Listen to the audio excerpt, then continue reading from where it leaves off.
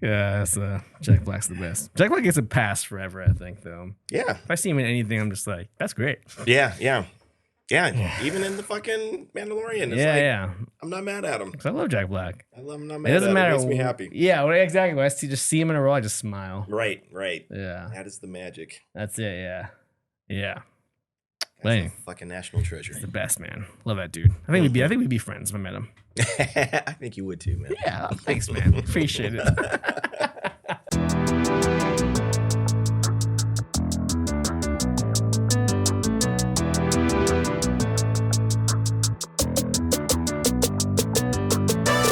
This is Geek Off The Street, your go-to channel for all things from obscure geekdom to modern-day pop culture and everything else in between. What's up, everybody? We're back again. Yes. Hello. Yes, we're that consistent. Yeah, we're we that are. Reliable. You guys can count on us to be here every week. Nobody else. No one else. Not your mom, not your dad, not your friends. Yeah, but you can count on Geek Off The Street to be here every week. Right. Bringing you video, audio. Right. And whatever else. And drinks occasionally drinks. too. Yeah. Anybody watching on the YouTubes? The only thing we can't bring you is this awesome glass with the GOTS logo on it. Yeah. A la Kenji. Yeah, thanks, Wherever Kenji. you are, man, we love you. Yeah. But my name's Trent. And my name is Marc. And this is Geek Off The Street. Greatest podcast of all time. Talk about geek culture, pop culture, and whatever else we want. Amen. This week's no exception because we are talking about the brand new, newly released, literally yesterday. True that. As of this recording. Right. Guardians of the Galaxy Volume 3. Volume 3. Yes. Did you hold before? I did. See who's paying attention. Got it. You gotta stay on top of your toes with us, people. Yeah. We ain't messing around. We're real with it. But yeah, so we're getting into that this week. Yes. Guardians is ending on this trilogy, right? Yes, it definitely is. Officially-ish? Yes. Yeah. Well, that's a good point because we all know Gunn is not with Marvel anymore. Yeah. And as far as he was concerned, he was saying this is the end of seeing these guys as a team. Of his trilogy, I imagine. Of his trilogy, right. Marvel may decide they want to get the game back together, which they 100% can. But it's possible we're just going to maybe be seeing these guys separately here and there. Yeah, because nobody died. Disney Plus things. Oddly. Yeah, Across 3 movies, no one died. Yeah, so, I was not surprised. Yeah. Well, I mean, I guess technically Gamora died. Technically, but kind of, sort of, but she's still. They in brought this her movie. back, so she's still here, as they do with all comic book characters. But before we get into that, what are we drinking this week, and how are we doing this week? Yes, doing very well this week. That was a little derivative. What are we drinking this week, and how? No, what are we drinking, and how are we doing this week? Yes, all right. I got you. Sorry. I got you. Tell me about the drink. This week we're drinking in honor of Guardians of the Galaxy, actually. Yes. This is called The Galaxy, inspired by Guardians of the Galaxy, unfortunately, Volume 2. But this is a mixture of Citron Absolute Vodka with some grenadine, blue curacao, simple syrup, and a little bit of lemon juice. Yeah. Yeah. A little bit of shaking, a little bit of ice. Yeah, looks like you're in space. Yeah. Yeah, when it was made, when you're mixing it, it came out very cool. Yeah. Check out the video. Yeah, separated nicely. The mix that you poured on top was very cloudy. Yeah, that looked really cool. Yeah, I was not expecting that to happen. And then poured it in. It looked great. Took a sip. This needs a little bit of mixing. A little sour. Mixed it. Yeah, need a little. Nah, I think we're on the right track. Perfect. It's very purple, but it's also very tasty. Very good. It's very good. Yeah, it's like Drax's pants in the comic book, anyway. Yeah, there we go. But we're good, Chris. Very good. I'm happy with this mix. Not a good one. Yeah, delicious. Still not as good as the Spotchka. That's my best drink, I think, so far. But I'm looking to top it though. One of these days. Was not bad. This was pretty good. This a little more diverse in flavors. Yeah. True that. Well, as if I know what I'm talking about when it comes to flavors. All I know is it's good. But, I like it. So how are we doing this week? Man, I don't think I did anything but worked. Busy week. We're leading up to Mother's Day. Trader Joe's does a lot of obviously Mother's Day coming with flowers, so. That's been increasing, getting a little busy. Okay. And I hate it even more. So there's that. I don't think I did. I thought I did something cool. I went to Universal Studios over the weekend. Okay, cool. Yeah, I couldn't get into Mario because it's busy. But I'm sure. Yeah, now I'm sure, especially. Yeah, so I really just went to the Minions Cafe and ate their all right food. I was going to say, good? Not so much. Not so much. But then picked up this great Nope shirt. That is awesome. Because I guess the Nope is a part of the studio tour now. The lot's still very open. cool. So that's genius. Yeah, so that I need to ride. Fits so perfectly. Oh yeah, if they do it right. I mean, hopefully. Yeah. We'll see. Next time I go, I'm gonna check it out. Okay. Because I saw these shirts and I got like super excited. So yeah, right on. Yeah. Great movie, great film, by the way. Yeah. Check out our episode where we talk about it. Exactly. That's it though. You anything? This week, same thing, working, but I did have an opportunity to hang out with some of my friends from work on Thursdays. That was kind of cool. Hung out with those guys. Jack and all those guys. Jack. Who else? Gus. Oh, Gus. Gus. Oh, my arch nemesis. Forgot about Gus. He hasn't been talking trash in a while. It's actually been like years. Yeah. Like a year and a half ago, maybe in our beginning of our show. Yeah. But yeah, him, Dougie, Sal, a whole bunch of people. Okay. All the classics. Rocio was there. Yeah. Oh, all the Rocio. Classics. Anna said Carlette. Past guests of the show. I'll name all the names. Yeah, exactly. Rocio, yes. Yeah. And some future guests. A couple of future guests in there as well. Okay, gotcha. More than two. So we'll get those guys on the show at some point. Looking forward to that, actually. But it was a good time, though. It was they did it on May 4th. May the 4th be with you. Never gets old. But they were doing $4 Eucalyptus drinks. Oh. So everything was $4. Everything was $4. I mean, it's obviously they took the top shelf stuff away. Obviously. Obviously. Yeah. But still, drinks for $4. That sounds great. You go there with the 20. And you're set. Yeah, you're good for. Well, I'm good for maybe half an hour. And then you're like, I'm out. I'm doing the math right, but I probably need $40 to have a good time. But this guy, you got a disease. You got issues. Take that away. It's not a disease if you're good at it. Oh, wait.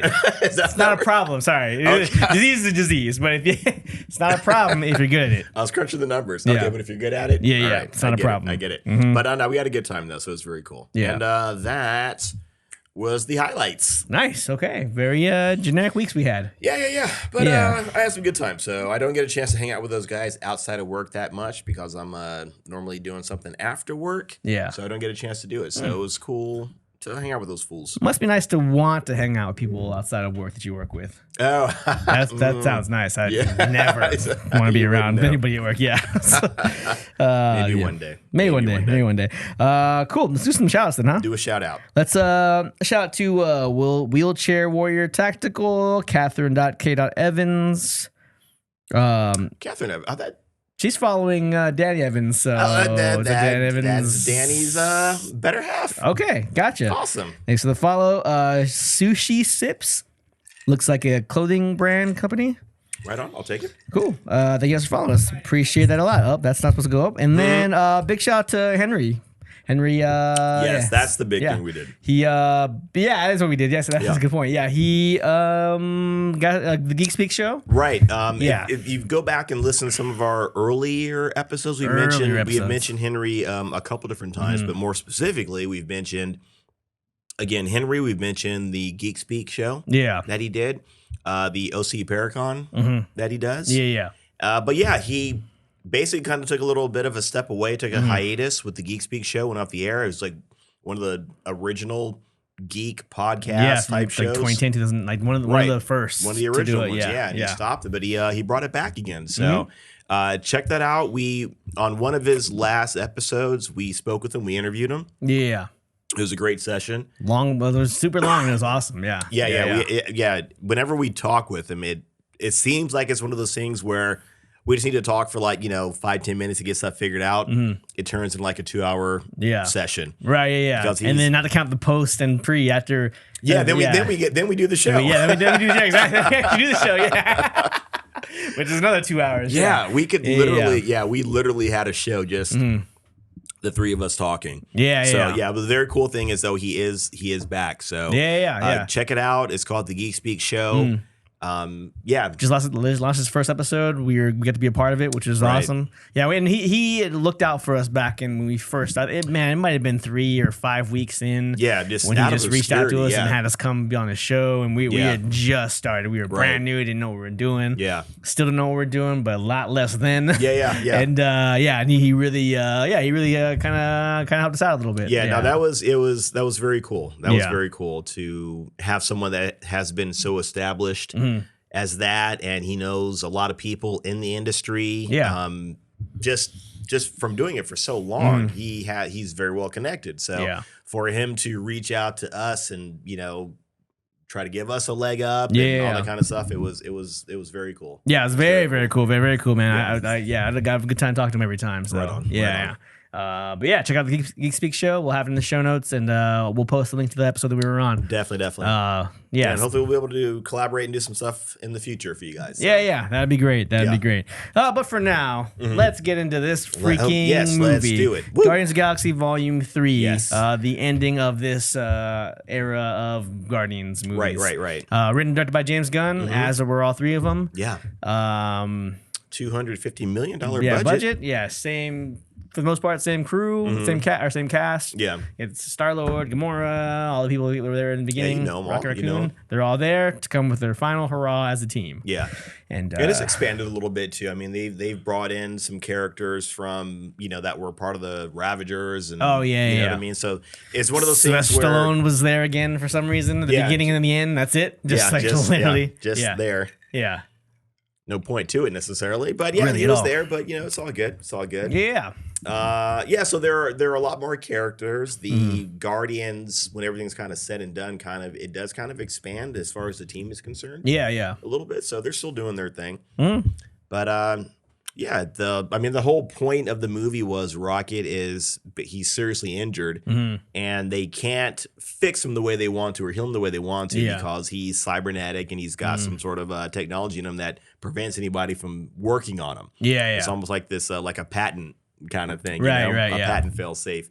So they got to go through some extreme measures to find out where they got to go into where he came from, and see what they can do to actually save him because he's on borrowed time. Right. Yeah. And you do get to see some of his past. You get to see, where he came from. He doesn't think he's a raccoon, and everybody thinks he's a raccoon. You kind of, you get that.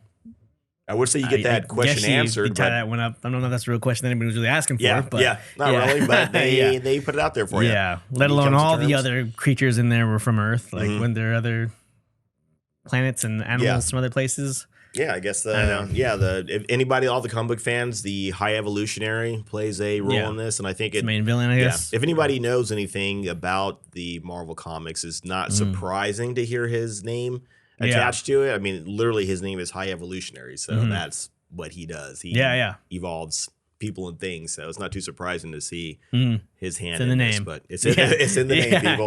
It's in the name. And that actually brings me to really my first, and I'm gonna say main, maybe only positive, was Rocket's story. I think it was a very smart choice for them to focus on Rocket. Right.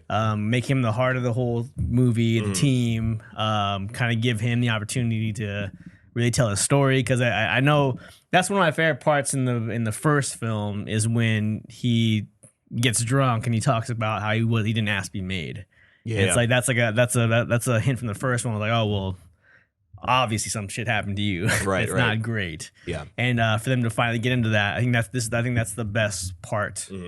The best way to do it. I think. Yeah. I liked a lot about Rocket's story. I liked a lot about his past. The tragedy and what kind of shaped him to be who he is, and how he got to where he was, and how he became like sentient, I guess, as a raccoon. Right. I think that was all done pretty well within those sections. Yeah. With just the sections of his growth and his past and all the experiments and everything he went through. That was good, I think. Yeah. That was pretty well done. And why he's so, bitter and, all the time. Yeah. Now you kind of see why it makes sense a little bit more. Right. Very justified. Right. And then the team learns too. Yeah. They finally learn about what he went through. Right. Which I think is important for them to grow closer, I guess. But yeah. And that's the cool thing. They definitely do. When everything is said and done, you definitely feel like they are closer. Like Rocket doesn't have anything to either be ashamed of or try to hide anymore. Because they know it and they still love him and accept him for it. So exactly, yeah. And I think that was like some of those scenes. Some of them were tough to dealing with his the friends that he made, and then knowing it how you already know it's gonna end bad. Right. It's a shitty situation for all these animals to be in. And I don't know. It's kind of it's tough. It's tough, and a lot of those scenes were kind of tough. And I'm semi surprised they kind of went there. Obviously, it's always cut with Yeah, with the jokes and James Gunn's style of humor, which I'll get into later. But that I think was handled pretty well. I mean, obviously, it's like probably 26 minutes of screen time over the whole 2.5 hours film, 2.5 hour film. Yeah, if it's that much, But yes, I think it's 2.5 hours. I looked it up. It's long. Yeah, it's long and it felt long. Yeah, but those were the best parts. I think that was because I love like the first. It might have been the first. It's probably the first 2 or 3 minutes of the movie where it starts off with Rocket getting taken out of the cage, and then that whole thing showing them where they're at. The Radiohead song in the acoustic version of it, very somber, this isn't exciting rock and roll. This is this is really Rocket thinking, being introspective, and then also they should have gotten more into it, but Peter where he's at and that kind of thing. A very weird place for them to start at. It didn't really continue on much after that, which kind of sucks. But that opening, I thought I was like, maybe we're getting something different here. Right. Unfortunately,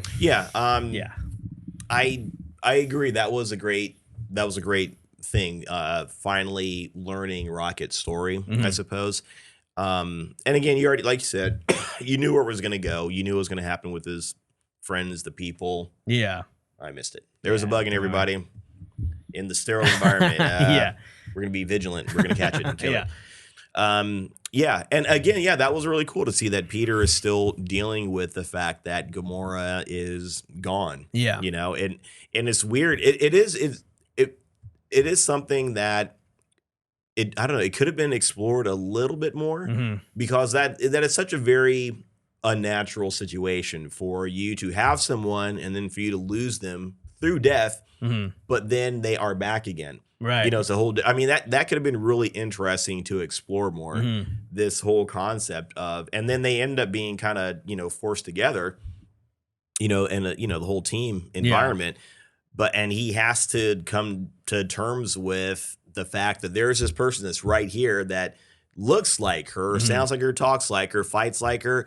And maybe in some part of her, whatever part of Gamora that he fell in love with, that Gamora, some part of it is still there. The journey that they took, that branch that they traveled, that road that they traveled. Yeah.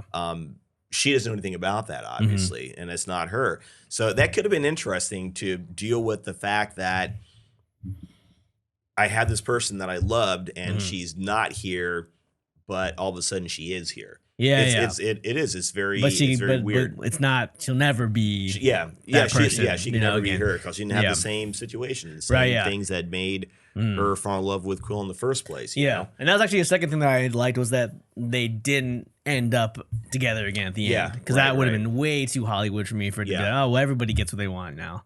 Like I like that they showed flashes of who she is or who she was. And then at the very end, she kind of, at the very least, understands how her future self could have cared for him and cared for this team. And so she respects that, I think. Yeah. She's never going to be that person. Yeah. I think still. But it was cool to see that small change. Like my favorite thing, the capacity to change. That little small change that at least it shows that a little bit of growth. Without going full like, oh, we're in love again, everything's fine. Right. And then showing her like with the Ravagers at the end was like, oh, well, she did find that her version of them. Yeah, she did somebody else. Family. Yeah, sucks that it wasn't with you guys, but she obviously she was important to them. Yeah, and they were important to her. You know, which you don't really see. Yeah, and I do like, and again, I do like to see that towards the end of the movie, she does kind of come around. She does.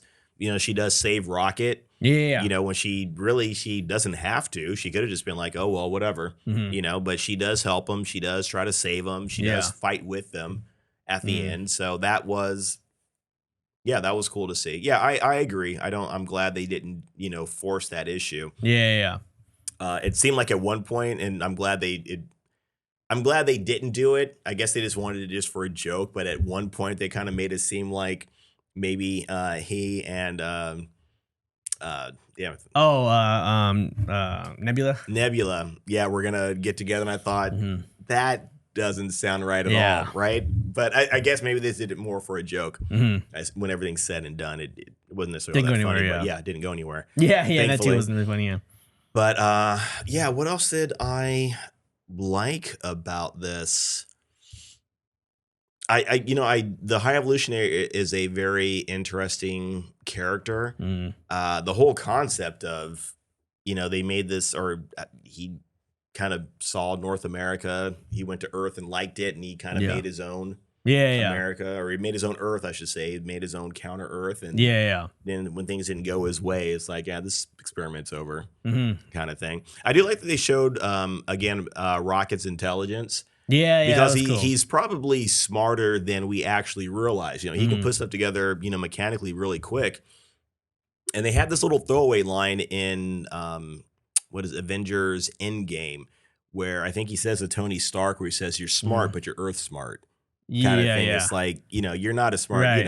I'm not impressed with your intelligence. And then you kind of see some glimpses of it here and there in this movie. It's not just the mechanical side of things. It's the science side of things. He can look at something and grasp it apparently really quickly and get figure it out. So that was kind of cool to see his level of intelligence. Like, they don't really say it specifically, but they start to, you see glimpses of it, which I like. So that was cool. Which becomes the High Evolutionary's whole reason for wanting to go after him. Exactly. Which I would like to know why, and why was something that he created smarter than him. I don't know, but whatever. Right. Yeah. I mean, to me anyway, it was just a random thing. He was experimenting, and this experiment went well. And, some experiments go well, some experiments go better than others. It was just a random, coincidence, or I shouldn't say coincidence, like just a weird happenstance. Like, he made this thing, and it turned out to be, I don't think it was necessarily smarter than the High Evolutionary. I think it just maybe partially figured out a puzzle that he couldn't solve. Yeah. So I was cool with that. But his whole thing was he wanted to get that, I guess, for lack of a better term, that inquisitive nature, I suppose. He wanted to kind of bottle that and put it into these perfect beings he was creating, because they're all very smart, but they aren't very I keep trying. Yeah. They're all very smart, but they're not very creative. They don't have that they seem to lack some sort of inspiration. Yeah. Which is what Rocket has clearly in spades, and he wants that for these, ultimate people he's trying to create. So that was cool. I did like seeing that. Everything else, I don't know what else I liked about this movie. I hate to say. Again, we were talking this movie. It felt very long, and when I felt like it was going to wrap up, there was more still to go. Yeah. So, and again, it's one of those things where I'm not going to tell somebody, like, if you saw this and you enjoyed it, that's cool. And I'm not going to say, you're wrong. We always say that you're wrong for liking it, or whatever the case may be. That's not the case, but it overall, it did not do a lot for me, especially when you compare it to the first Guardians movie. And I don't know what was going on. Maybe they gave Gunn more room to do what he wants with the second and third movie. I'm not sure, because normally when those first movies come out, the producers and all that, they've got their hands a little, on the steering wheel a little bit more. Yeah. Even with, I know this isn't your movie, but Thor Ragnarok, I feel like fucking hate it. All right. So just so everybody knows. All right. All right. Okay. So I feel like they might have had their hand on the wheel a little bit. So what's his face? Taika Waititi. Yeah. Wasn't able to just go nuts like he did, in my opinion, with the fourth movie, Love and Thunder. I feel like he just went off the rails on that. So, and I don't know if that's the same situation. If they, the producers or Disney or whoever, they just let him run with it. Because I don't know what happened. That the first movie was, the first movie I think is great. I love the first movie. I can watch the first Guardians all the time and just enjoy it. And I feel like they were really trying to recapture that with a lot of the music. I feel like I feel like they were banking on throwing out a lot of, good music, a lot of classic songs that everybody knows and loves. They were throwing those in there for people. And I personally, I love good music, but I wasn't impressed that they were doing it in this movie. So did you have any other positives? Because I'm like kind of swinging to the negatives. So. Yeah. Before I get into my negatives, which there's a lot, it's a James Gunn movie. There's gonna be a lot. I just got so everyone knows my opinion of Marvel at this stage in my life, right? Versus back when they first started out. And Guardians 2, and I'm not sure which one I saw first because I didn't see either of them in the theaters. But Guardians, I think I saw them when they came to Netflix or something because Netflix had them for a while. Okay. And so I think I saw them then. And like Civil War was probably when I started to really question Marvel as a whole. I was like, wait a minute, is everything amazing? You know, am I just caught up in the hype like everybody else is? Let me actually take a step back. And then when I saw Guardians or Ragnarok, one of the two, but I saw them both, I think, back to back or, you know, close together. That's when I was like, okay, this is trash. This is not as gold as everyone is believing it to be. Right. Okay. And so those movies completely flipped me on Marvel. Completely 100%. I was like, this is bullshit. This is not good movie. This is not good filmmaking. Yeah. And it's not good adaptations for comic book characters. These are horrible. So, and that's how it's been. And then Infinity War came out. And I was like, okay, let's take a step back. We're getting back to where it was at. Then Endgame came out, and I didn't like Endgame at all. Yeah. And then since then, there's probably nothing about Marvel that I've enjoyed. Yeah. Since then. So with Guardians 3, I'm not gonna say that it's great. I'm not gonna say that I liked it that much, but I think it's phenomenally better than Guardians 2. Okay. And in my opinion, Thor Ragnarok. It's way better than the movies that were shitty for the last 5 or 6 years. I don't know. In my opinion. Yeah. And I think that doesn't make it good, which is sad. It's sad to make the comparison, but I think it's better than everything else that Marvel's put out since Phase 4 and the tail end of Phase 3, I guess. Yeah. I think. I think I see what they were trying to do. Obviously, it was tied up in with the formula and the comedy and how long it was and the whatever all the other negatives we're about to get into. Yeah. But I think it was a lot better than most things they've done recently.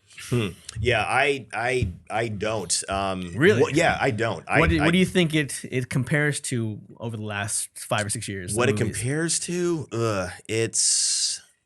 That's tough. I mean, one, I think it's interesting that you started questioning things with Civil War. Civil War made you be like, wait a minute, let me start questioning Marvel movies. Well, we've had so many conversations about Civil War. Let's let that go. Let's let that go. Yeah, how do you? We'll let that go. How do you think Civil War is better than Winter Soldier? That's fucking insane. That'll be a whole other show. That'll be a whole other show. Where it stands in relation to everything else, it's hard to say because all of it has not, to me anyway, it hasn't been great. Like it hasn't. Oh, I'm not saying it's better than Civil War. That's not what I'm saying. No, I know you're not saying that. I know you're not saying that. I was just saying that's where you started questioning things. Yeah. I haven't seen Guardians 2 in quite some time. I don't think I will say it was as bad as Guardians 2. But to me, this felt like it was more, I mean, seeing the stuff with Rocket was cool. But to me, it felt like it was a lot of sophomoric humor and a lot of special effects in this movie. That's all it was. It was just a showcase of special effects, and that was all there was to it. And a lot of these weird cybernetic, animals that were running around, it looked ridiculous to me. You know, the whole and the some of the rock and roll fight scenes they were doing, again, it was just this is what our special effects can let us get away with. But where it stands with everything else, it's hard to say. Like I said, it's somewhere close to Guardians 2. Like really? I think I do like this more than Guardians 2. Like man, so this is like worse than anything Phase 4 pushed out. Like Ant-Man, all the Disney Plus shows, Thor: Love and Thunder. Thor: Love and Thunder, I have a lot of hate in my heart. Yeah, for Love and Thunder. I it's not as bad as Love and Thunder. I won't say that. Okay. It's not as bad as Love and Thunder. Because my contention, right, is that, and we'll get into negatives. Don't worry, guys. But like my contention is that for me, and again, I'm gonna beat this dead horse, but like Ragnarok was just a straight comedy, no heart, no emotion, no nothing to take away other than a comedy. So if you like the sense of humor, it's gonna be good to you. I hated it. It was childish, so I got nothing out of that. Right.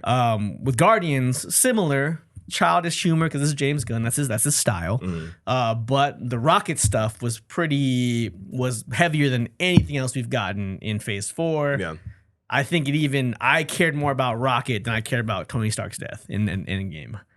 I didn't. People were like, "Oh, I was crying when Tony Stark died," and I was like, "Were you?" Like after the time heist, like. Got you to where you needed to be emotionally. So I mean, I don't remember there being anything since. I don't even remember there was any. I don't think I've ever had an emotional response to anything in Marvel, like with Rocket. Maybe I have a soft spot for animals. I don't know. Maybe that's the thing. And the acting from Bradley Cooper, I thought, or at least the voice acting from Bradley Cooper was really, really, really good. So maybe that helped as well. But I don't remember seeing anything else, especially in Phase 4, that was even close to that kind of I guess heaviness. Well, I'm gonna disagree with the whole Tony Stark thing. I certainly wasn't like crying or emotional, but I appreciated Tony Stark because of the arc that he was going through. For me, it wasn't, and this isn't the point of the show, I know, but for me, it's one of those things like, not being able to see the forest for the trees, like one or two, like, bad jokes or the whatever you might think about the whole time heist thing. I liked it because of the evolution of Tony's character, where he, in a nutshell, he never was going to be the guy that was going to fall on a grenade, or the whole thing that he says about jumping on a grenade so somebody else can get through or somebody else can get by, which he does at the end of the first Avengers movie. Yeah, well, he does, but he really does it in the end game. Where you're always talking about there needs to be consequences to actions and that kind of thing. And that was one of the consequences that you're always asking for, is for someone to die. So, and he died doing it.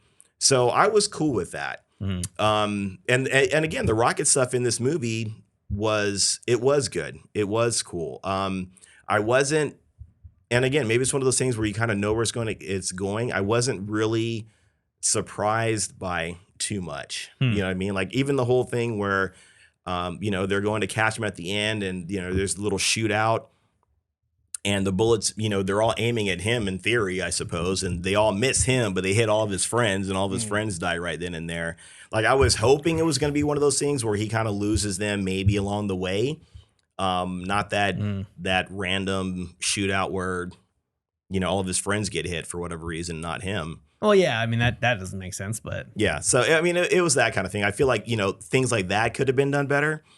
But again, yeah, I think, and I don't know if you weren't asking like this, where I am in the scheme of things with it, but yeah, I was really. This felt more like a lot of jokes that didn't land and a lot of special effects, and then and a cool rocket story.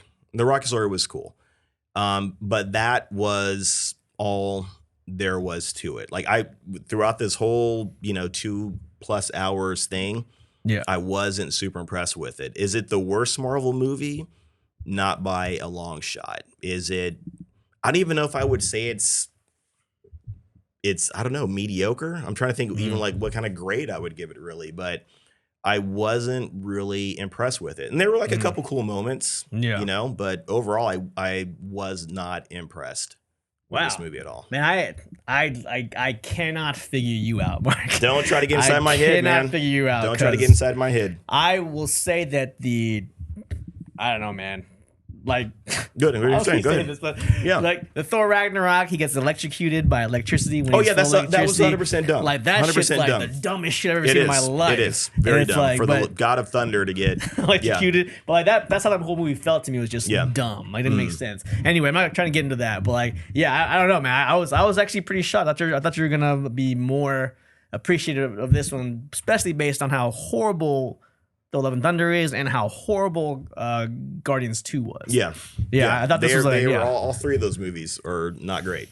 Interesting. Yeah. Okay. That man, I fucking have no idea. I can't figure it out, man. Yeah, you got. I will not figure. I will not be able to figure out.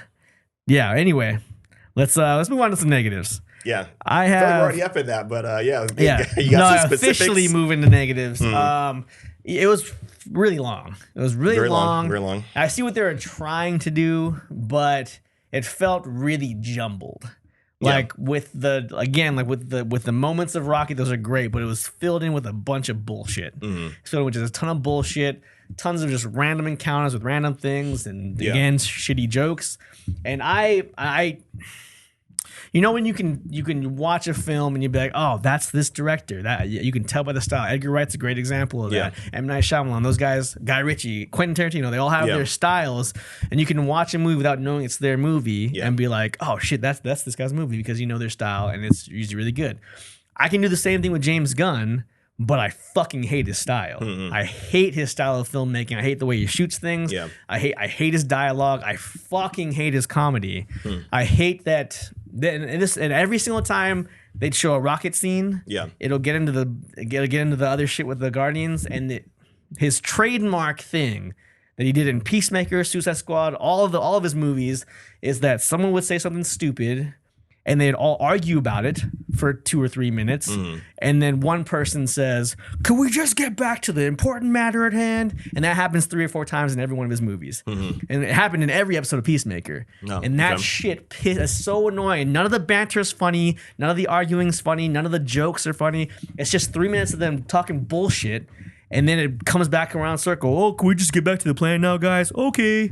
And it's like the movie wouldn't have been as long if it didn't have stupid bullshit scenes like that in it. And his sense of humor is so fucking childish. It's horrible. It's not funny. Like I think I laughed maybe at Drax's thing about killing people. I think the only time I kind of smiled or kind of laughed was when Mantis, touched the guy and said, "You're madly in love with Drax," and then and then the guy starts flirting with Drax. Oh, gotcha. Kind of thing. I thought it was funny the way that he was trying to flirt with him. Yeah, it was more him than anybody else. I see. Yeah, and then his Drax being uncomfortable with it. Yeah, but it was more that the way that guy was flirting, I thought was funny. Yeah, that I like that. Yeah, there's one. I like the one with Drax where he's talking about we'll kill everybody. He's like, no, kill a couple guys. He's like, no, okay, I'll just kill one guy that nobody cares about. Yeah, like that kind of made me laugh. That didn't make me laugh. I didn't like that at all. I didn't think that was funny at all. Yeah, and then I liked Nathan Fillion's. I got one of those. We got one of those guys too. Yeah, that was cool. Yeah, I feel like they milked him too much though. I mean, yeah. After that, they didn't need to do that again. Yeah. Don't they keep did it doing again, it, guys. Yeah. But the one time was fine. Yeah, the one time was fine. Yeah, but overall, yeah. I mean, the Drax thing, but yeah, everyone was laughing about that scene where the guy was flirting with them. But I was just like, okay, I'm as uncomfortable as you are. So yeah, this isn't really making me laugh. So yeah. It wasn't anything about being uncomfortable. I just thought it was. I thought it was. Again, I thought the way that he was flirting, I thought that was funny. Okay. What he was doing. Exactly. 100% different senses of humor. There was a lot of moments of like these like, God, he's like kind of like Ghost in the Machine type moments where it's like the guy can't use the whistle thing until he needs to use the whistle thing at the end, or Mantis doesn't really do anything until at the end when she can somehow control the giant monster things. Like all these kind of like Ghost in the Machine situations were like, oh, the situation is hopeless, and then somebody overcomes, and everyone gets their moment to overcome. Yeah, like that was bothersome. There's not really any. There's a lot of that. Yeah, not really any consequences. I thought when Drax got shot in the headquarters, I was like, oh man, maybe he's gonna die or he's gonna be injured. Yeah. Next scene, he's fine. Right. Yeah. Or like Rocket. Okay, is he gonna? Probably not, but is he gonna die? Yeah. No, maybe I don't know. This is pretty. Yeah, high I thought tension. like maybe that's gonna be the case. I thought maybe he is gonna die. And then with Peter in space, when he like freezes and and he starts to bloat. Like, and everything. I was like, okay, maybe. Yeah, this is entertaining. Gosh, we just wasted trying to kill this damn bug in here. And then they save him and he's fine. Yeah, and he's human now, right? He is human now, well, right? He's partially. I mean, I guess, yeah. Because he gave up his ego. His ego dies. Yeah. He gives up that part of his life, right? His ego died. Yeah, that part of his heritage is gone now, right? With ego being dead. I'm thinking maybe that his access to any sort of power might be dead. I mean, biologically, he's still got to be partially whatever Egon was. I mean, just Yeah, that's what I thought, but I feel like at the end of the second one, he's like, "Oh, you're gonna give up immortality, and you're gonna give all your powers and your strength and all that, just so you can be with your friends or whatever." I didn't, unless they said otherwise, I did not equate that as to him, literally, and this isn't trying to be funny, like him like giving up his genetic code kind of thing, because I'm assuming whatever Egon, whatever alien he is half human, half alien. He's still that. I think Ego gave him, I wish it was Egon, that Ego gave him, because he was his son, he had the power to, do what he wanted on this planet. Like, he could only go to that planet, to Ego's planet, and have powers. Anywhere else, he would not have powers. He would just be some, like just a mix, some sort of half-breed human. But to me, he still, has that genetic. I thought that was the sacrifice that he had to make at the end. I think I thought having access to any sort of powers was a sacrifice. Well, see, then that scene of him floating in space didn't make any sense then. Like, why was anybody scared he was going to die if he still had the powers? He doesn't have. You're talking about in this movie, right? Yeah. Yeah, he doesn't still have any sort of powers. I mean, he's still mortal. Yeah. He's still mortal. That's what I would equate it as. Like, he still can get shot with a gun and die. He can still get punched and bleed and that kind of thing. But he can survive in space?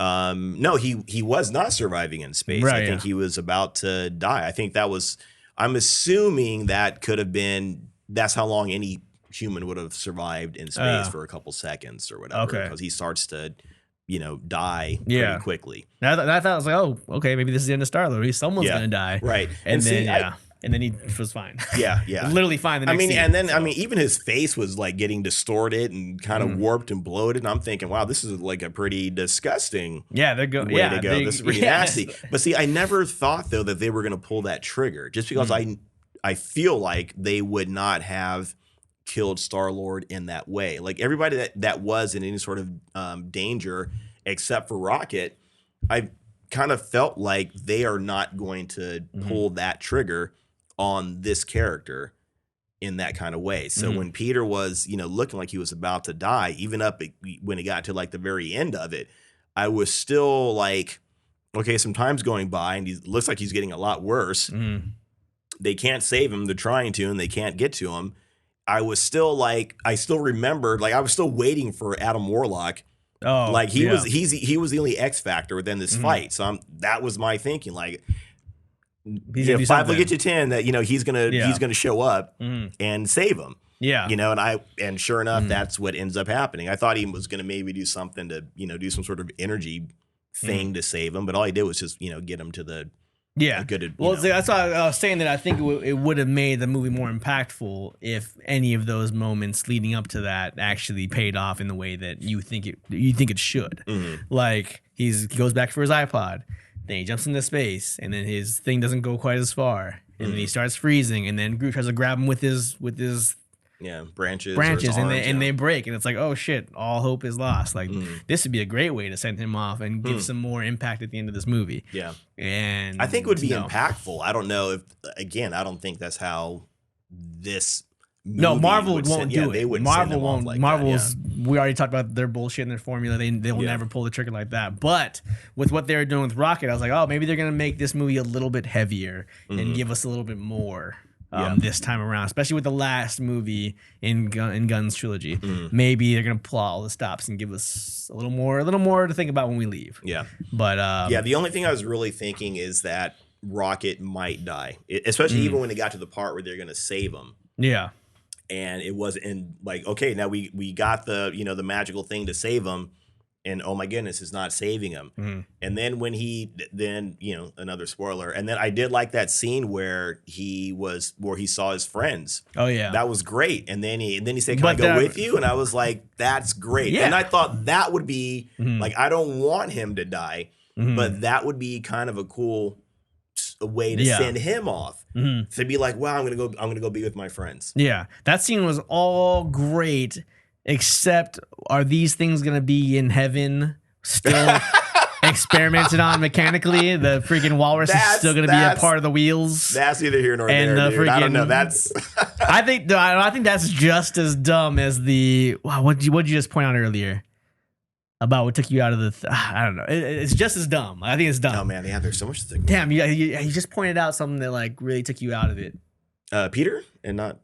Oh, I don't know what you're saying. But it wasn't about Peter because it was something about the animals. You think the animals in general were silly? Oh yeah, the whole cybernetic, the super cybernetic, the way they looked with the cranky robot legs and you said took you out of it, right? So like, same as them being in the afterlife, still mechanically that's fucking just as stupid. I think. Well, I mean, I think our concept would be that they would go to heaven and they would be completely fine, completely healed. Maybe not to Rocket.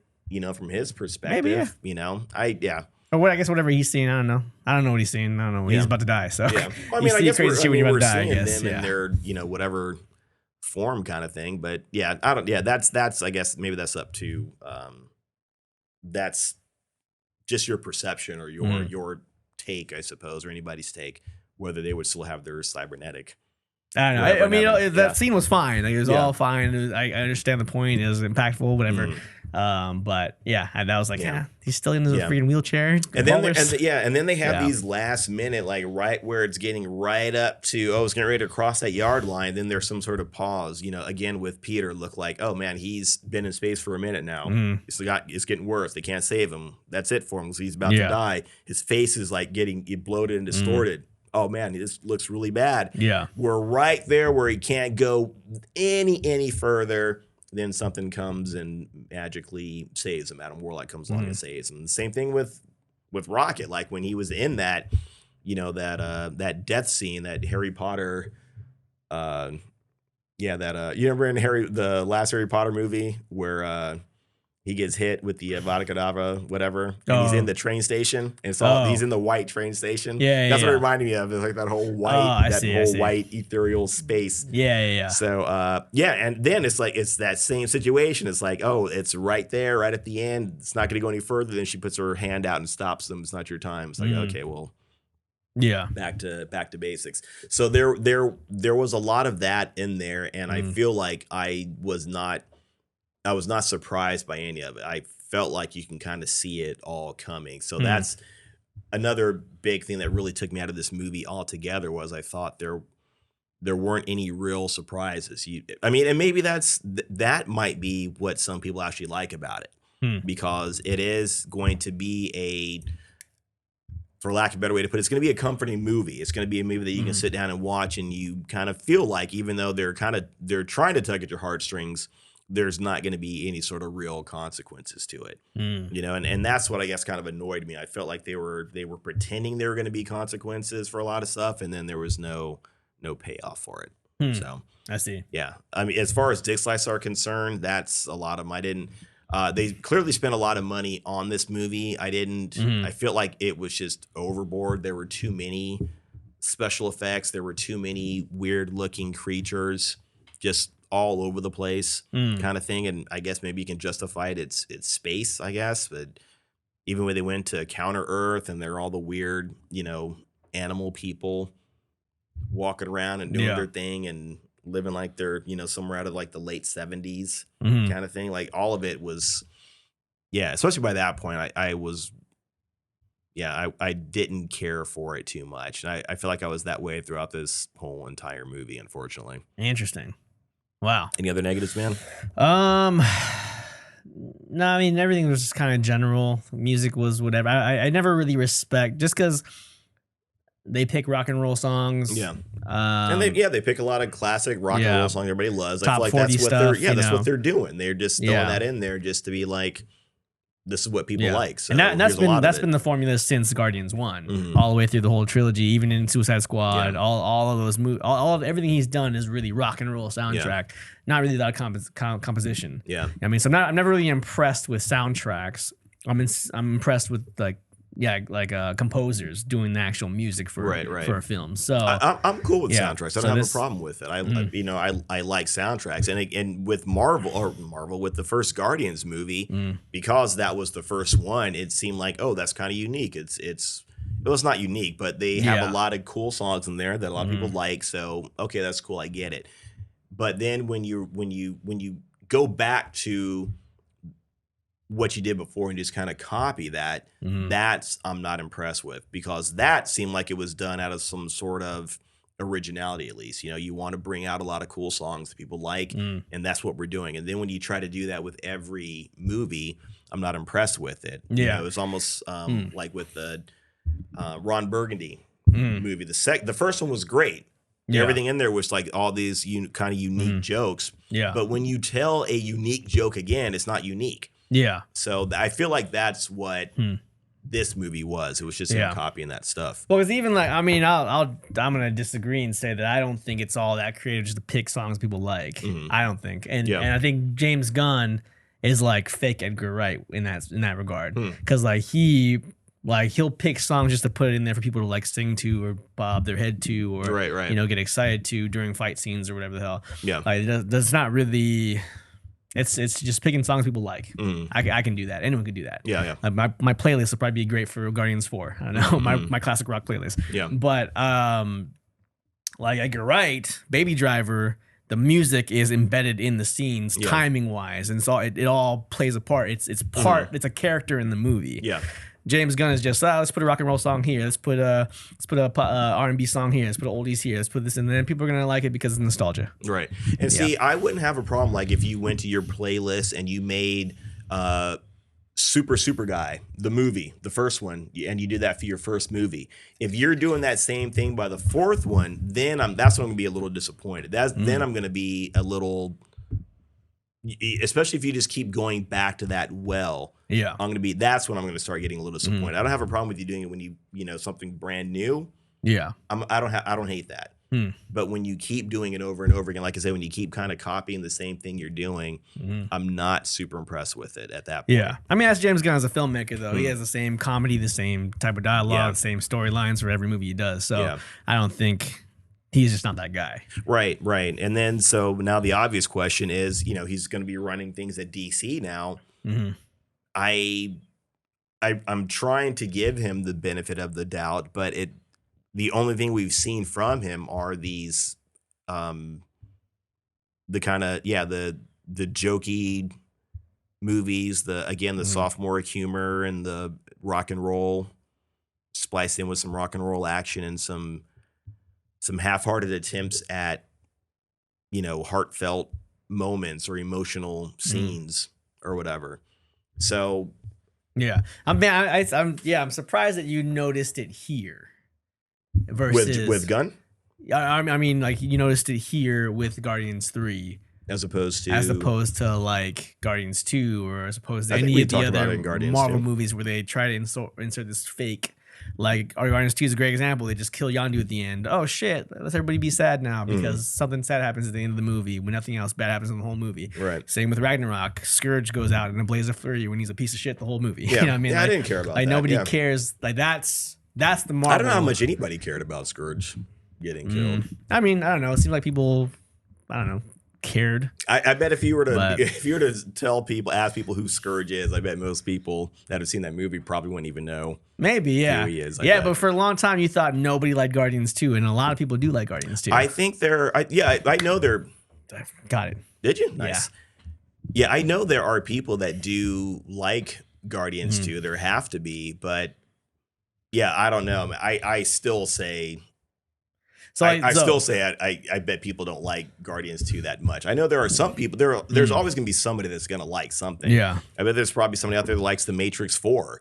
Probably, There probably is out there. I'm surprised by how many people, especially working in a comic book shop, swore the Guardians 2 was just as good as Guardians 1. Like so many people swore it was great. Yeah. So many people thought the Justice League Joss Whedon movie was good. Like so many people did, and I am shocked by that number. Yeah, and I have been for a long time. You know what I mean? And anyway, point being, like I think, like I don't know, I wonder. like not, and this isn't like I'm not assuming this about you. Yeah. But yeah, it took you to like Guardians 3, which is probably, I think the rocket stuff, the torture and the experimentation, I think is the worst thing that's happened in any of these Guardians movies. Okay. I think. And I think it doesn't come off as insincere to me. Versus the death of Yondu or the death of Scourge or the death of whoever the fuck else. Yeah, like I said, the rocket stuff was cool. Death of Quicksilver, in Ultron, like the stuff that doesn't really matter. They're trying to force this little like, oh, well, you feel sad. Like the rocket thing didn't feel like that to me. It felt like this was kind of more genuine, even though it was among a bunch of other bullshit in a shitty movie. Right. Yeah. And again, I got no problem with stuff that's going with Rocket, but again, I don't think it. I noticed all of this, like all of a sudden, wow, the Marvel movies are not great with this movie. I feel like I've been saying that for a little while now. So, okay, yeah. No, I feel like I mean, yeah, that's fair. I think it's been so long for me to have been against Marvel, not against Marvel, but tired of Marvel. Yeah, since 2016, I started noticing that this isn't really that good. Yeah. All the round. I remember like I think when me and RJ said that you're probably right that you were definitely ahead of the curve on some of this stuff because I don't remember which movie it was or which show it was. Well, it had to have been in this. What phase are we in now? Phase 4? Phase 5? What are we in right 5 now? 5? Yeah, it had to have been somewhere in phase 4 that I think when RJ was on the show we were like. Yeah, this stuff it's not so great. Yeah. It's not so great. Yeah, because I remember there was one episode, and this is like when I got the most heat, where I was Eternals, when I was like super pissed off about, I was fed, I was done with the joke right after the series, but when we joke out this, I was like, this doesn't piss anybody else off, and you're like, oh well, we're aware of it, but it doesn't piss us off. It doesn't bother us. Okay, yeah. I would say that I'm not. It bothers me. Yeah, I don't think I am definitely not as pissed as you are about a lot of that stuff. Yeah, that just might just be my nature is not to get that pissed about stuff. But and I'm not pissed about this movie. I just don't think it was. I think there was a whole lot of stuff in there that I didn't care about. That was kind of boring. That was kind of like No, I agree 100%. There was a most of the movie I didn't like. There was a lot, but it was like the rocket stuff was enough to draw me back into the movie, and then bullshit for another 30 minutes. Yeah, rocket scene. Draw me back into the movie. Bullshit for another 20 minutes. Yeah, and like that to me tells me it's not a good movie. Because they're really relying heavily on that portion of the movie to keep you interested. And the rest of the shit is the typical Marvel what shit. part do you think that they're using to keep you interested? The rocket stuff. Okay, because I feel like the general audience was going to keep their interest and keep the interest is a strong thing. Maybe just entertain would be the all the fluff in between. I feel like that's what the general audience. That's true. I think like general audiences, general Marvel fans, general people that have liked every single product they put out. Of course, they're gonna enjoy the same stupid jokes and fluff and the same crap that's been out for the last 26 movies. Yeah. That's not gonna change. I agree with you on that. But for I think maybe people like me that are tired of it. The rocket stuff was interesting to me because this was different. Yeah. This was different than any other movie we've seen in the last, at least for the last phase, at the very least for the last phase. Yeah. So that was like, that's the shock value. Like, this is what I'm paying attention to because that has an emotional, it evokes an emotional response, you know what I mean? But then, bullshit formula. Right. Yeah. And like I said, the rocket stuff, that was cool, but there was so much of the other stuff in between that it wasn't worth it for me. Let me put it that way. It wasn't worth it. Like the learning a rocket story that was very cool to see, but it wasn't so great that it made up for all the rest of the stuff in between, all the other whatever action sequences and the tension that they kind of forced. I shouldn't say forced, but I don't know, that I didn't care about amongst the other Guardians. Yeah.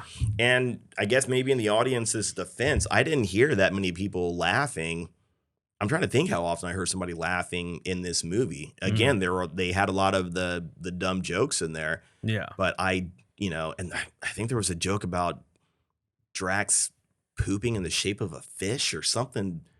There was something dumb in there where he was talking like, allegory. He was trying to that scene in there. Yeah. And yeah. I'm trying to think if anybody, God, there might have been scene. somebody. Yeah, it was a long scene. Just, okay, we get it. Drax doesn't get it. You don't have to keep, beating that dead horse. But God, that's like fucking every one of his movies, man. Like I don't care. Yeah, I don't care. Move on. That was like Peacemaker, the entire thing. You could have framed anybody. Kelly Clarkson, Super Mario. Move the fuck on. Yeah. Get past the shitty joke and just get to the point of the movie. And that's why the movie's so long, because there's so many drawn out bullshit sequences like that. Yeah, true. Yeah. So, but like I said, for me, it wasn't enough to make me feel a lot better about this movie. Maybe like if you had, I don't want to say cut the time in half, but maybe shaved a good 40 minutes off. Yeah.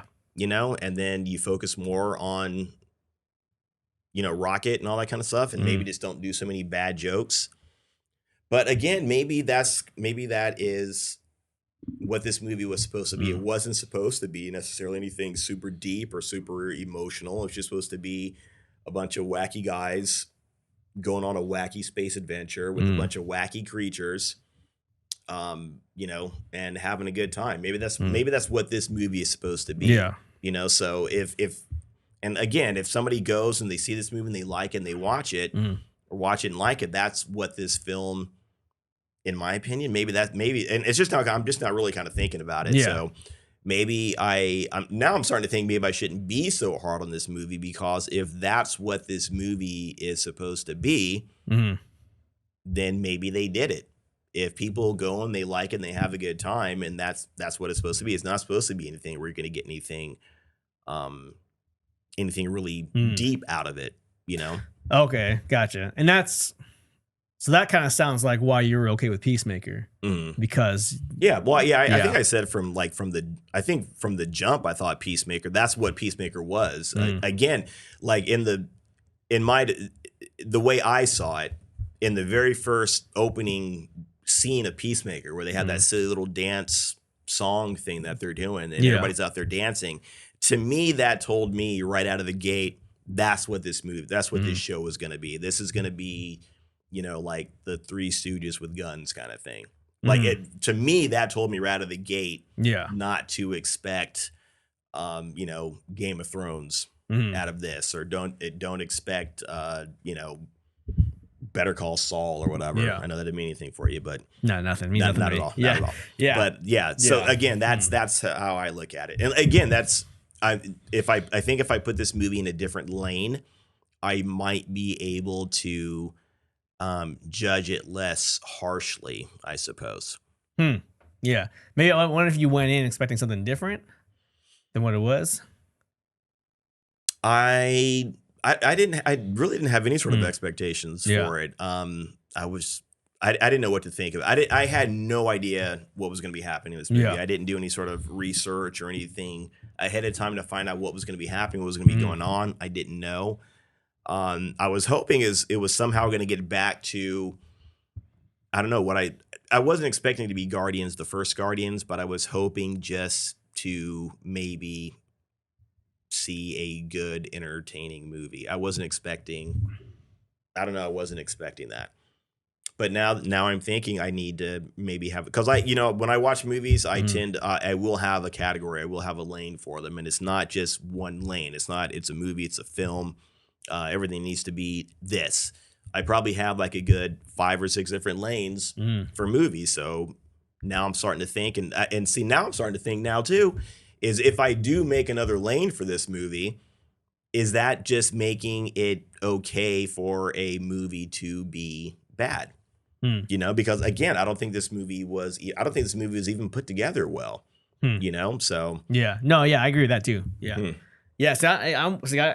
So now I'm wondering what it is about Guardians 3 that I took away that you didn't take away, and what you took away from Peacemaker that I couldn't take away from Peacemaker. Yeah. I couldn't create a lane for Peacemaker because that show pissed me off. Right on. So I mean, I'm really trying to find the differences and the discrepancies. Maybe we just like to disagree with each other. Yeah, no. I think we I think we look at things differently, which is cool. There's nothing wrong with that, and you don't need to, look at them the way I do, and I don't need to look at them the way you do. Yeah, you know what I mean. We can maybe try to understand where we're coming from, our different perspectives. Look at it, see it and respect it and be like, okay, that's how you see things. Okay, that's cool, whatever. Yeah. And just leave it at that. I don't necessarily, have to or want to see things the way you do. And I know it's vice versa. You don't want to see things the way I do. I'd like to understand though. Yeah. That's the thing. I'd like to understand where we're all coming from. Right on. That's cool.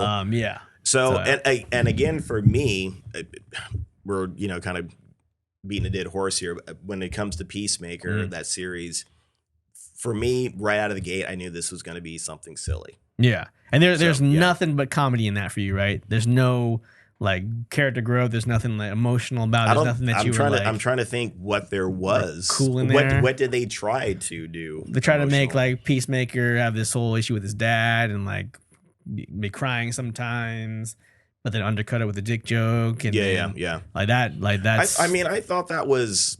It was cool to see that, he did have issues with his dad. That was cool. His dad was, a gigantic racist. And I think it's interesting that he was the son of this racist. And I'm sure his dad was like, very, America. Yeah. It was very like, white America, whatever. But he grew up with some sort of, very pro-America kind of thing. But for whatever reason, it seems like he did not turn out to be racist about it, though, which I think that's interesting.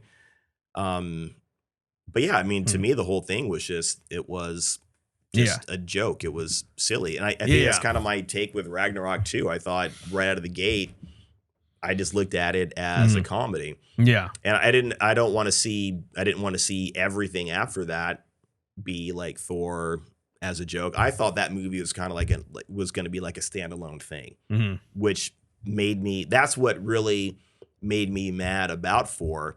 And that's what made me look at number 3 different. I looked at Ragnarok different because of Love and Thunder. If they never made Love and Thunder and they got back to making a real Thor story, that would have been cool with me. That just would have been a funny element right there. There's a movie. You can laugh at it, move on. And then Thor's back to being Thor. But when they kept going with the silly Thor, I see. That's when it was like, okay, now I'm mad at Love and Thunder, and now I'm starting to look at Ragnarok a little bit differently as a reason for that. Yeah. For but like I said, if that was like just to be like some standalone thing, and they're gonna get back to Thor being Thor, then I can accept it. For being that. But when it turned into this is now Thor, that's when I started getting a little upset about it. Yeah. See that, and this is what I'm like overall worried about, right? Now going forward. So Peacemaker was a smash hit, right? Okay. Suicide Squad didn't do well financially because it was during COVID, but people liked it. Yeah. People liked it in comparison to what DC was doing at the time. People seem to love Guardians as a whole, the trilogy. They love it. They love all of it.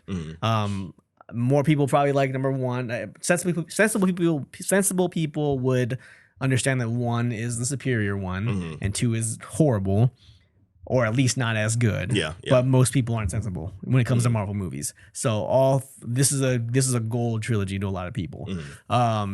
So with that said, is that what's to be expected with the DCU? Because that is what has done really, really well these past 3 or 4 years. Yeah, that's what I was saying too. That's what I was asking. Like, when Gunn's taken over in DC, and this is all we've seen from him, really, is what's going to happen with the rest of it. I don't see anything to suggest otherwise that we're going to get anything different. Yeah.